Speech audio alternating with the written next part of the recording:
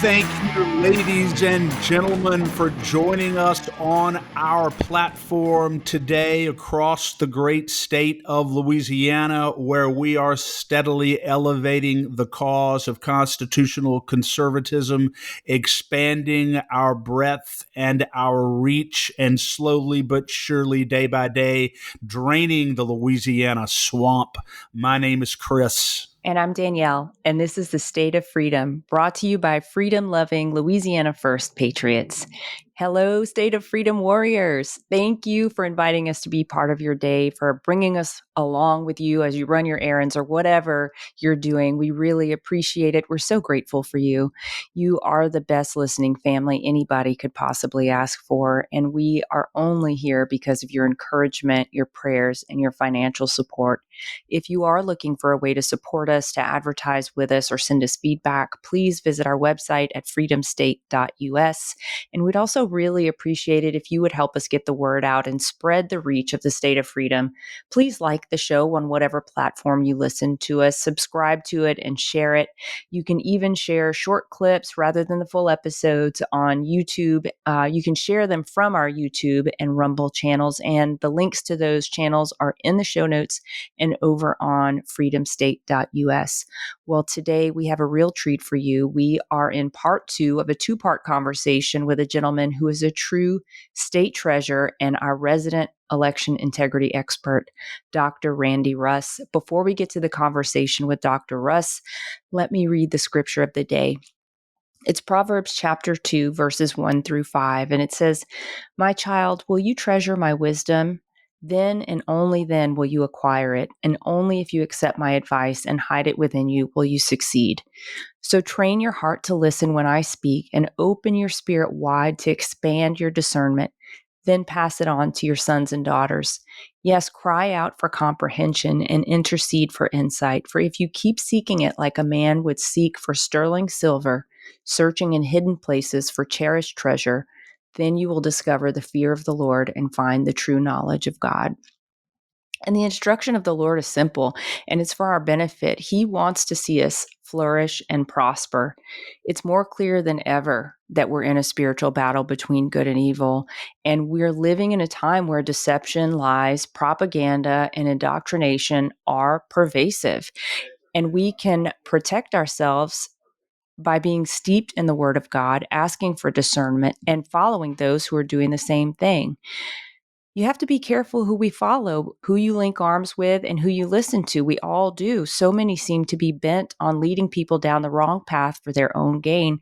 And it's our responsibility to pursue the Lord and to pursue wisdom so we don't fall into the traps of the enemy. We have too much work to do that. And it requires, Danielle, daily prayer.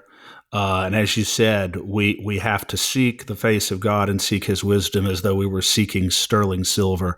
And it's possible to find God's wisdom, and he wants us to have his wisdom and his discernment. But we have to make the effort daily in prayer, time with God, in order to distinguish the truth from the lies and the deception. And it's everywhere, but it is more than worth the effort. And speaking of someone who is a man of wisdom and someone who has distinguished the lies from the truth with regard to election integrity, the great Dr. Randy Russ is with us for part 2 of the series with Dr. Randy Russ. And without further ado, let's get into it.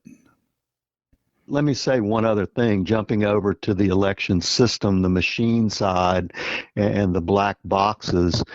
This equipment that we vote on, I'll talk about the early voting, the touch screens, the iPads, if you will, touch screens, Dominion ICX model. Those are what are called commercial off-the-shelf machines. And many of the components inside those machines are of Chinese origin. And those machines, according to Dr. Halderman in the Curling v. Raffensperger, Secretary of State Raffensperger of Georgia case, has identified over 15 different vulnerabilities in that system. And we use that system statewide here in Louisiana. And these problems are not unique to the Dominion system. All the electronic voting systems are made with Chinese parts, Chinese circuit boards, etc. So in Arizona, this is another legislative example. Senator Sonny Borelli on the Senate side and Representative Mark Fincham on the House side, they co-sponsored a joint resolution that would require voting systems in Arizona to meet federal standards for critical infrastructure, which they currently do not. They're designated as critical infrastructure, but they do not meet the technical standards and the cybersecurity standards for that designation. Secondly, their resolution, which passed both houses in Arizona, requires that all components in the electronic voting systems be manufactured in America. And thirdly, that resolution required that the software be open source and available to the public to be vetted, to be checked out, and so on. And so that situation is being adjudicated in the courts right now in Arizona because so-called Governor Katie Hobbs, former Secretary of State, and Attorney General Mays are fighting tooth and nail against that. That's amazing. Well, I would imagine they're fighting against it because those are unreachable, unattainable requirements for a machine. Well, who would be against American-made components in our voting machines? And who would be against open source software that we could all look at and determine if it's doing what it should be? The cheaters. Exactly.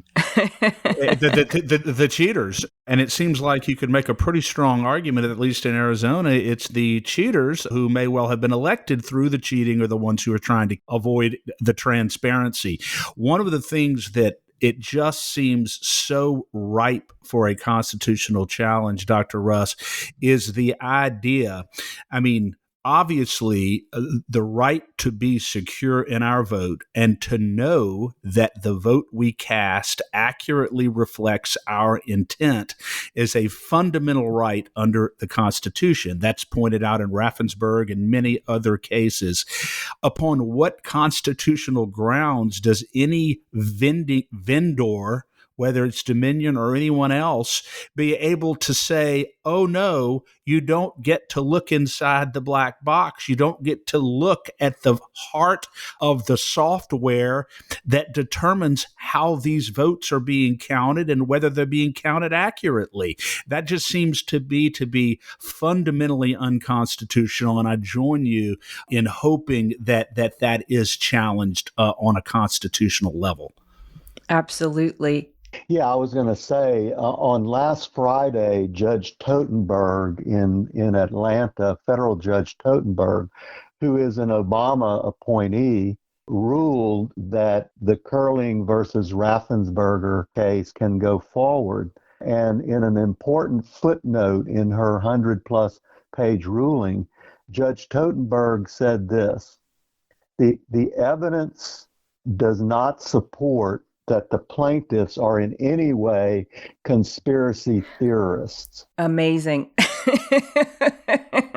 This is an Obama appointee who ruled that this case is going to trial on January 9th, 2024. So what is that? 45 days from now, more or less. This case is going to trial, and the basis for this case is that electronic voting systems are so vulnerable that the citizens' civil rights are at risk. Yeah, that is so powerful because in denying, in federal court, in denying the defendant's injunction to try to get this dismissed, one of the considerations that the court has to make is the reasonable likelihood of the plaintiffs being able to prevail on the merits at trial. And so sort of implicit in that decision is that there is a reasonable likelihood at minimum that the plaintiffs can prevail at trial. So it is remarkable, the ruling, and I think very promising.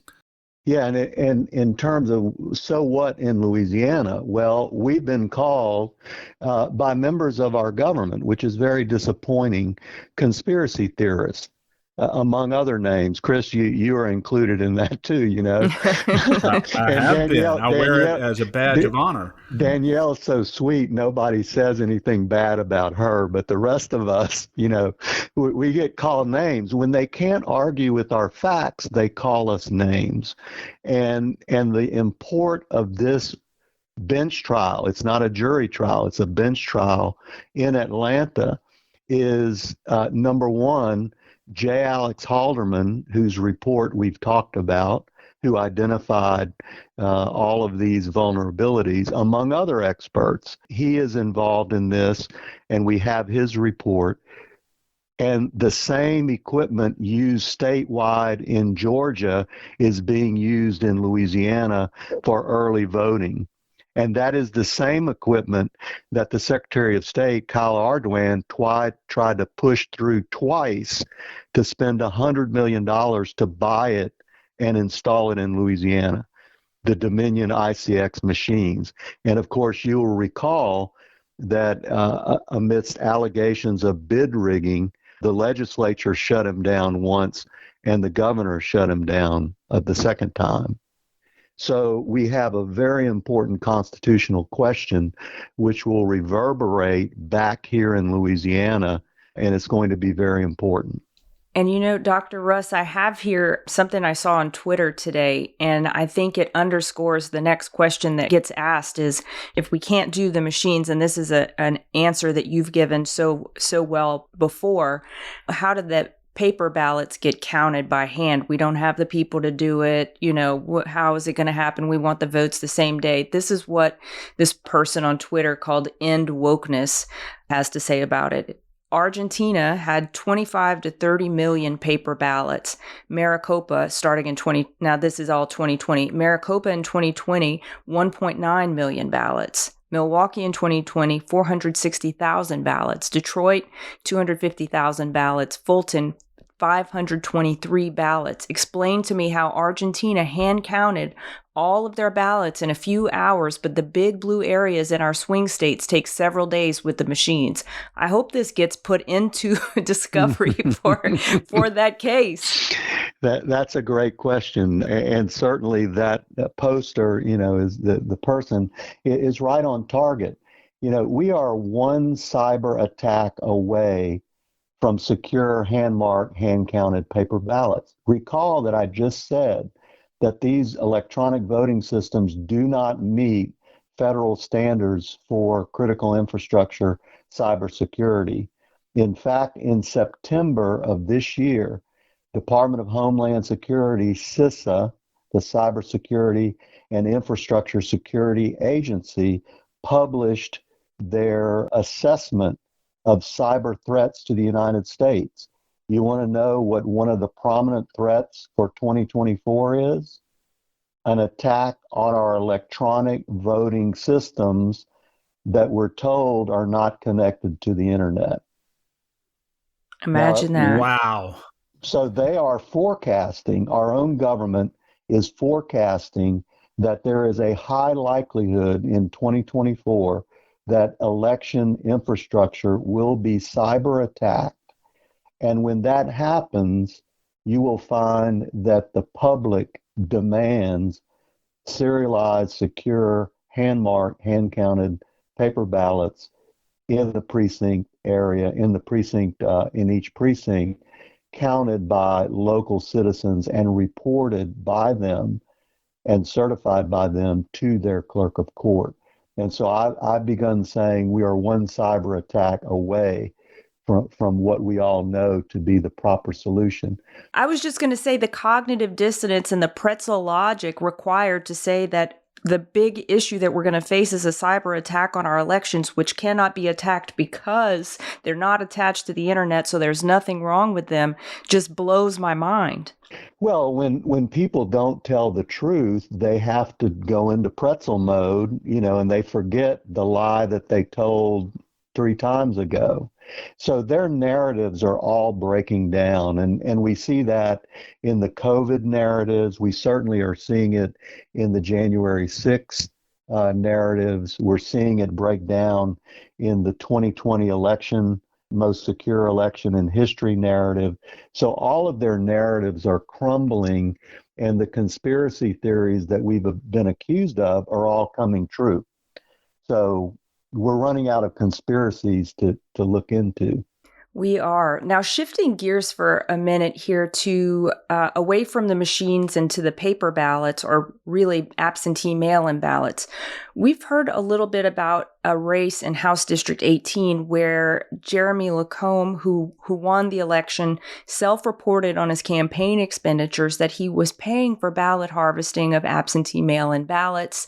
Obviously, there are huge issues related to the chain of custody, but is that even legal in Louisiana? And what's the recourse if it's not legal? Or how do we make it illegal, I guess?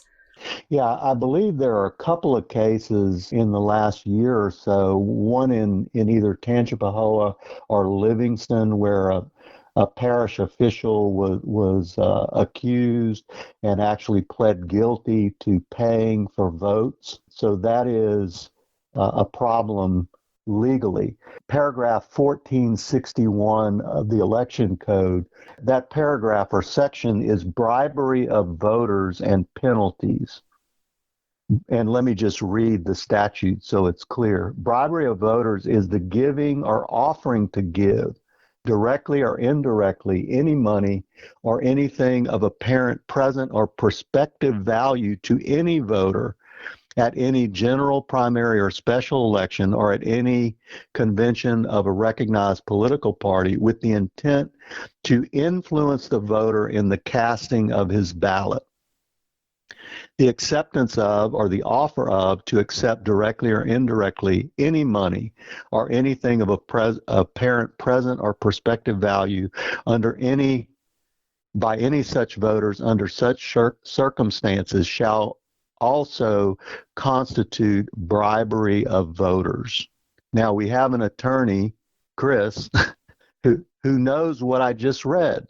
You cannot offer directly or indirectly money or anything of value to a voter to influence the casting of his ballot. So the question legally is, what does casting mean? Well, that could mean paying somebody to vote for Dr. Randy Russ versus Chris Alexander. Or that could mean paying somebody to give me their ballot, which is not filled out. Or that could mean paying someone to give me a filled out ballot that I inspect to make sure that they voted for Dr. Randy Russ, and then we seal it in the envelope and they sign it and do the affidavit and all the stuff that has to go on. So this is a criminal act. And let me read to you the penalty for this, which is going to, I think, show you how serious this is. This is 1461 paragraph B. Whoever violates any provision of this statute shall be fined not more than $4,000 or be in prison with or without hard labor for not more than 2 years or both for the first offense. Wow, is that a per ballot? Or is it per offense? Well, it says for first offense. I don't know how to interpret that, if it's per ballot or if, the case that you mentioned with Mr. Lacombe, I don't know if each offense is an individual ballot or if it's the total conspiracy is an offense. Well, I'll tell Got you, it. I'll tell you that as a general rule, one count would be considered one ballot. So if you've got 50, 60 or more, let's say 60 irregular ballots, each one of those would be a count. You could make an argument that it would be 2 years for each count. That's a lot of time. That's very severe criminal penalties. And, this just comes down to really there is no chain of custody here. There's That's no correct. way to determine what is happening to these ballots between the time the person who's being paid by the campaign goes around to all these people and picks up the ballot. What happens to them thereafter? Are they manipulated in some way? Are they even filled out, as you said? And so this is really, really perilous. Yeah, and it's the corollary to the black box on the voting machine side. You in effect lose the chain of custody to your electronic vote to whatever the software is doing or not doing, and who might be manipulating that. In the case of the mail-in ballots, you lose chain of custody when that ballot is surrendered either to the post office or to a political operative in the case that you mentioned in House District 18. And you then don't know what has happened to that ballot. And both of those lend themselves to systematic election fraud. That's right, and one of the at least anecdotal pieces of evidence in this race, House District 18, is that the Republican won in West Feliciana, where there isn't any indication that these kind of shenanigans were going on. The Republican won substantially in West Baton Rouge, where there's no indication that this was going on. And Lacombe wins in the two parishes where there is evidence that these shenanigans were going on, and won handily only in those two parishes. Yeah, very interesting. Yeah, we would call that an irregularity. It doesn't look quite right. And I also believe that Mr. Lacombe is a recent Republican. Yes, indeed.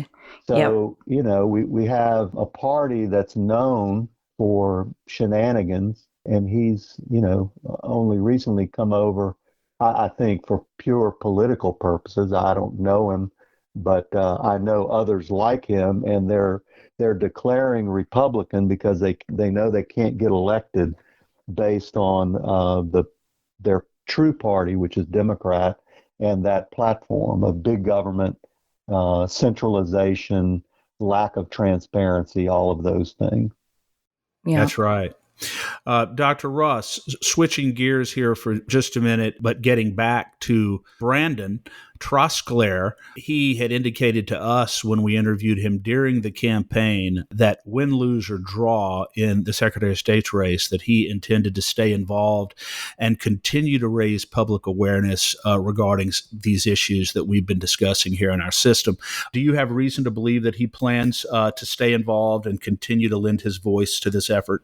Absolutely. John Scanlon, who you all know well, my colleague in the election integrity movement, we let Brandon rest for a couple of weeks after the race, and he was very tired because he worked hard. And then we had lunch with him, and he was very energized, ready to go. And he asked us, what's next? How can I help? And so he is very much intending to stay involved and to continue to push this message of returning power to the people in every parish and precinct and saving our state and, in fact, our country by ensuring that elections are free, fair, honest, and transparent. So, yes, he's going to stay in the game. And in the new year, we'll have some exciting announcements about how he and we will be pushing our message forward.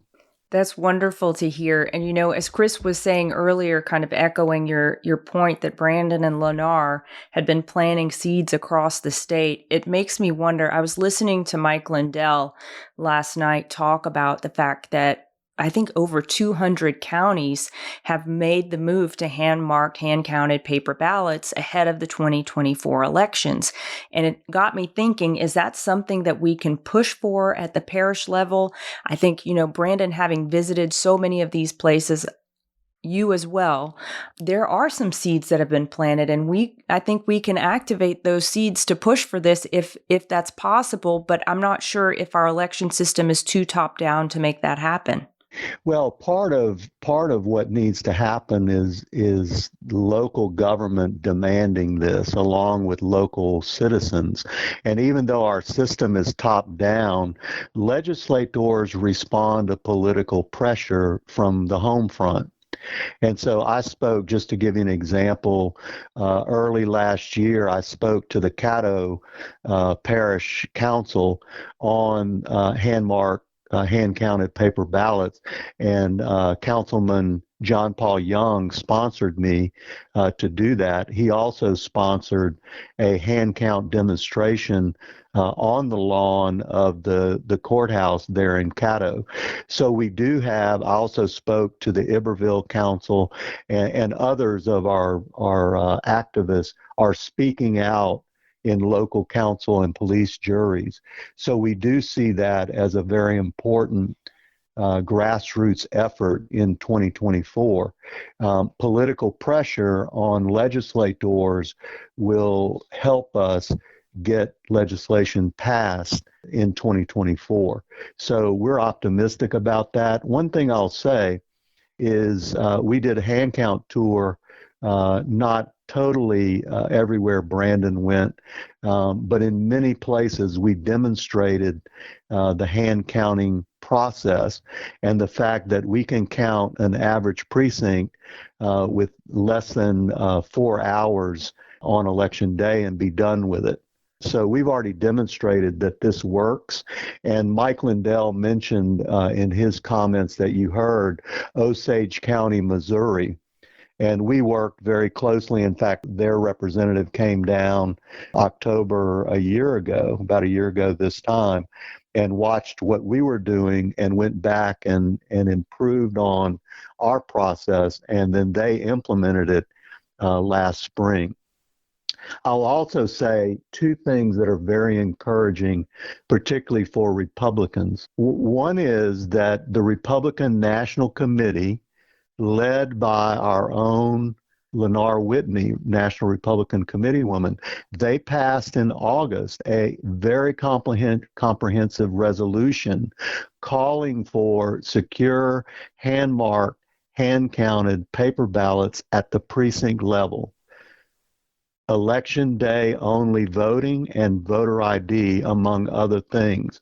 So our party, if you're a Republican, our party's position is our position.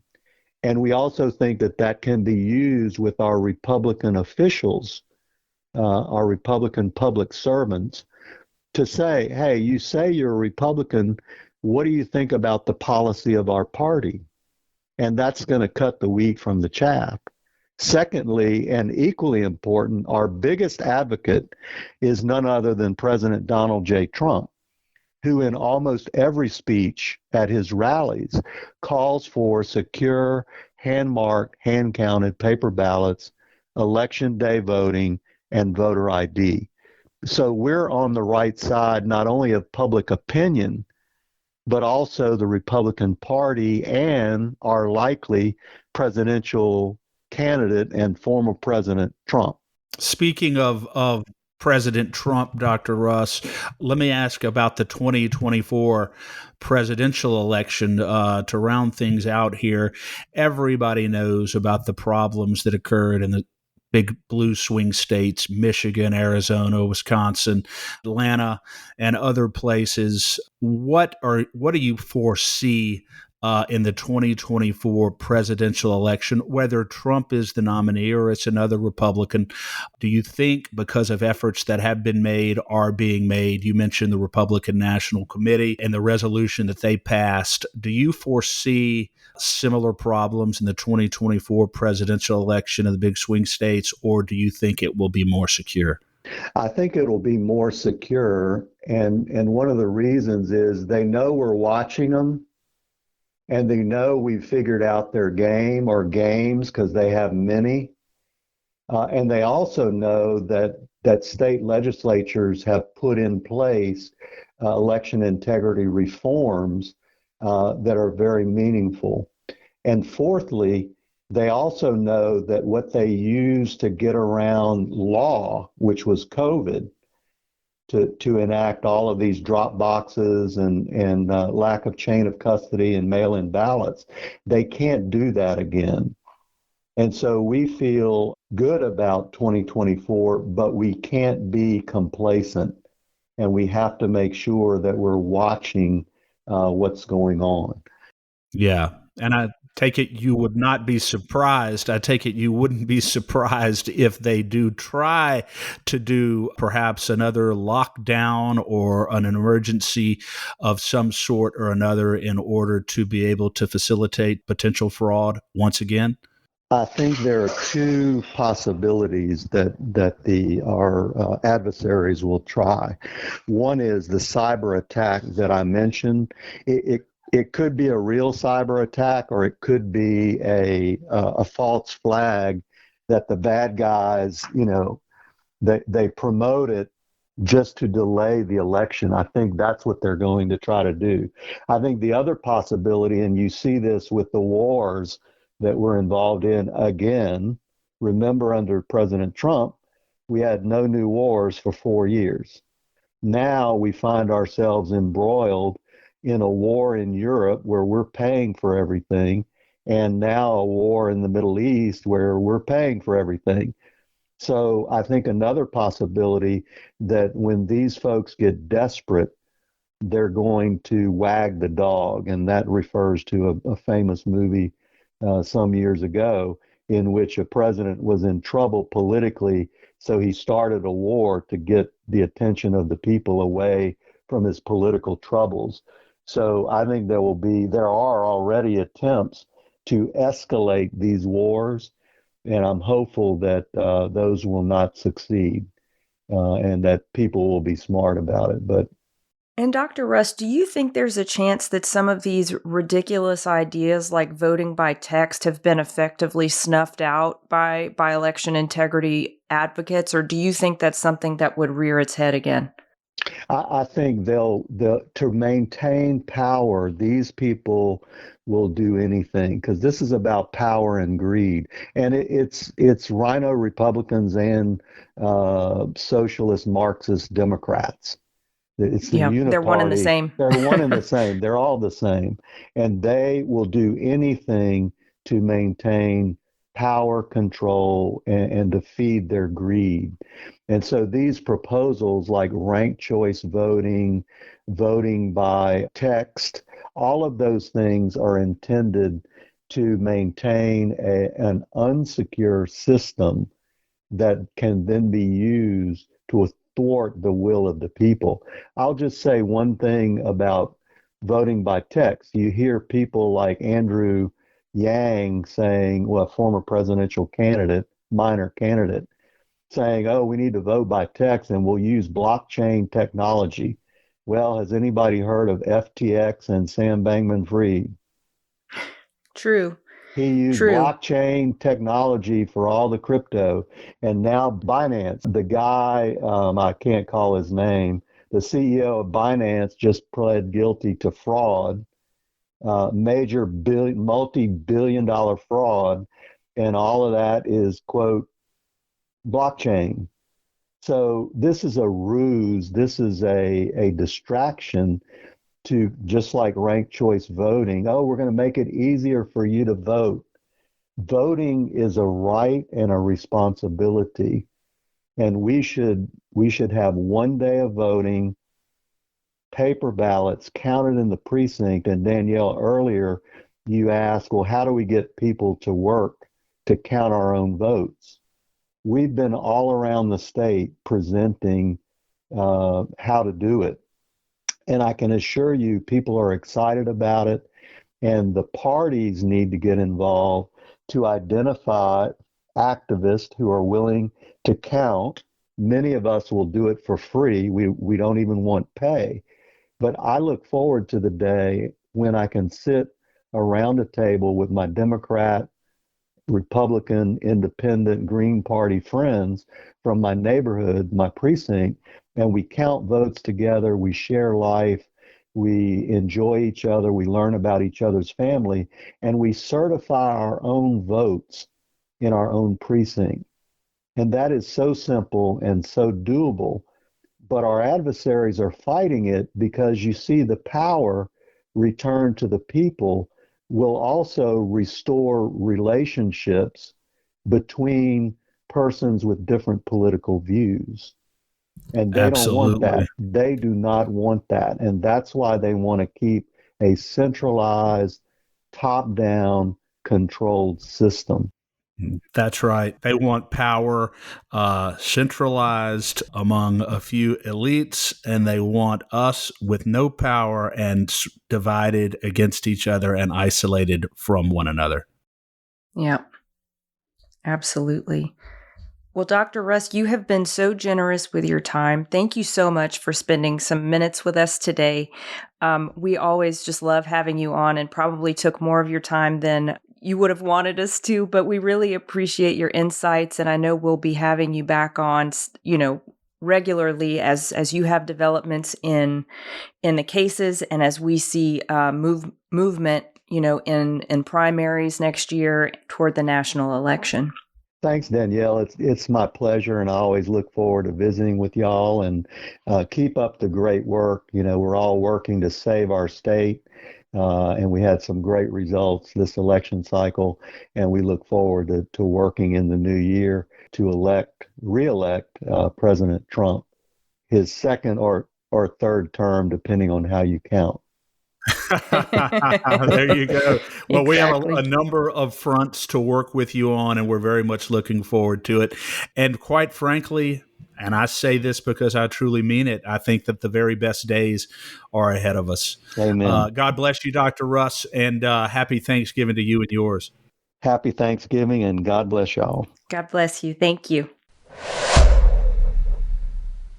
Chris, I can't help myself when I'm talking to Dr. Russ. I just become a student again, and I'm like so curious, and it's just such a joy to talk to him. And I feel like I learn so much every time we speak to him, whether it's on air or off. What a treasure he is, and what a wealth of knowledge. It is just, I couldn't agree with you more. I feel like I find that I'm not talking very much when he comes on because I love listening to what he's saying and I love absorbing it because he's just is a wealth of knowledge, as I said. It's such a powerful force. And, I think he agreed with us that my point that the work that has been done, not just by Brandon and Lennar, but by many other people across the state, I think is a very, very powerful seed that's been planted and is going to reach fruition going forward. I think so too. And I'm looking forward to seeing, just think last session when we were just starting, which was a mere, 7 months ago, we really were able, because of our listeners and because of this platform, to put legislators on notice in a way that I think they haven't really experienced before. So imagine when we start applying that kind of multiplied pressure because of our expanded reach, because this issue is one that is of such critical importance and such a hot button issue, one that people are truly passionate about. Imagine whenever they start putting pressure, our listeners, LCAG members, friends and neighbors, on legislators and on their local parish council police juries to move to hand-marked, hand-counted paper ballots at the local level. I think we stand to see some big, big changes. I do too, and I'm very much looking forward to it, Danielle, and the word you use, pressure. We have the ability increasingly because of this platform, because of the CAG, to put healthy, good pressure on our elected leaders, both locally and on the state level, to make these very important changes. And that's really why I'm so thankful for all the support we get here on our platform on the State of Freedom, LCAG continuing to build, because it is so very important. It enables us to put the sort of pressure on our elected leaders that needs to be done in order to get done what has to get done. I mean, I used the word done 4 times in a sentence, but the point is, without healthy political pressure, it just will not get done. No, they'll just run amok. And those days are over. Those days are over. Those days are over. And by God's grace, Danielle, we're going to continue forward. We're going to continue building. I want to thank our listeners for their support of the State of Freedom, for donating to the State of Freedom, for sharing and subscribing to the State of Freedom. We are becoming the platform for constitutional conservatism in the state of Louisiana. No question about it. No question about it. And if folks would like to support us, you can do so at freedomstate.us. We really appreciate any support that you can give us. And we also would love feedback on the episodes. We'd love feedback on topics or issues that you'd like for us to cover. This is a family business, so we'd love to hear what your thoughts are. And also, if you'd like to support LeCag, you can do that at lecag.org. And Chris, the P.O. Box is? P.O. Box 64952, Baton Rouge, Louisiana, 70896, payable to LeCag, LACAG, and memberships and donations help us to continue to build our infrastructure and continue to give voice to freedom and to liberty by elevating the vision and the voices of constitutional conservatives across the state. That's what it's all about.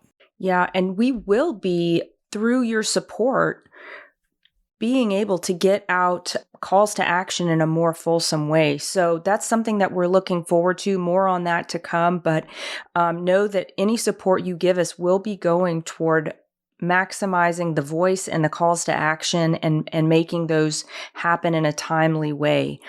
So I'm very much looking forward to that. More to come, like I said. And lastly, before we leave, I want to mention an opportunity for any listener who may already be investing in precious metals, may be interested in investing in precious metals, or even starting a home-based business in that industry. Metal Stacks is a precious metals collectors club, and you can buy your metals there at the best prices on the market, which is actual dealer cost. They're beating the big sites. There are no credit card fees and no minimums. You can refer people to Metal Stacks as well for an additional income. If you are just interested in purchasing metals, you can visit metalstacks.com/DWalker. That helps me out. I get the commission. And if you're interested in learning about the business aspect, email me directly at Danielle@freedomstate.us. What a great opportunity going forward. Well, Danielle, it has been a pleasure as always to be with you today. So privileged and blessed to be co-hosting the State of Freedom. And each day, with God's grace and courage and discipline, we are taking another step to preserve the great state of freedom in Louisiana. We are. Thank you, Chris. Have a wonderful day. Happy Thanksgiving. Happy Thanksgiving. Thanks for listening to the State of Freedom. To stay on top of all the calls to action we mentioned today, just check out the show notes for the episode. If you'd like to support the show financially, visit our website at freedomstate.us. If you'd prefer to give by mail, you can send a check to the State of Freedom, LLC, at P.O. Box 861, Berg, Louisiana, 70343. If you own a business in Louisiana and are interested in supporting our show by advertising, please email us at info@freedomstate.us. To get involved with Louisiana Citizen Advocacy Group, visit lacag.org, LACAG.org, or email Chris at chris@lacag.org. If you're enjoying the podcast, please subscribe and share it. Give us a 5-star rating in the reviews. Thanks again, everybody. We'll see you next time.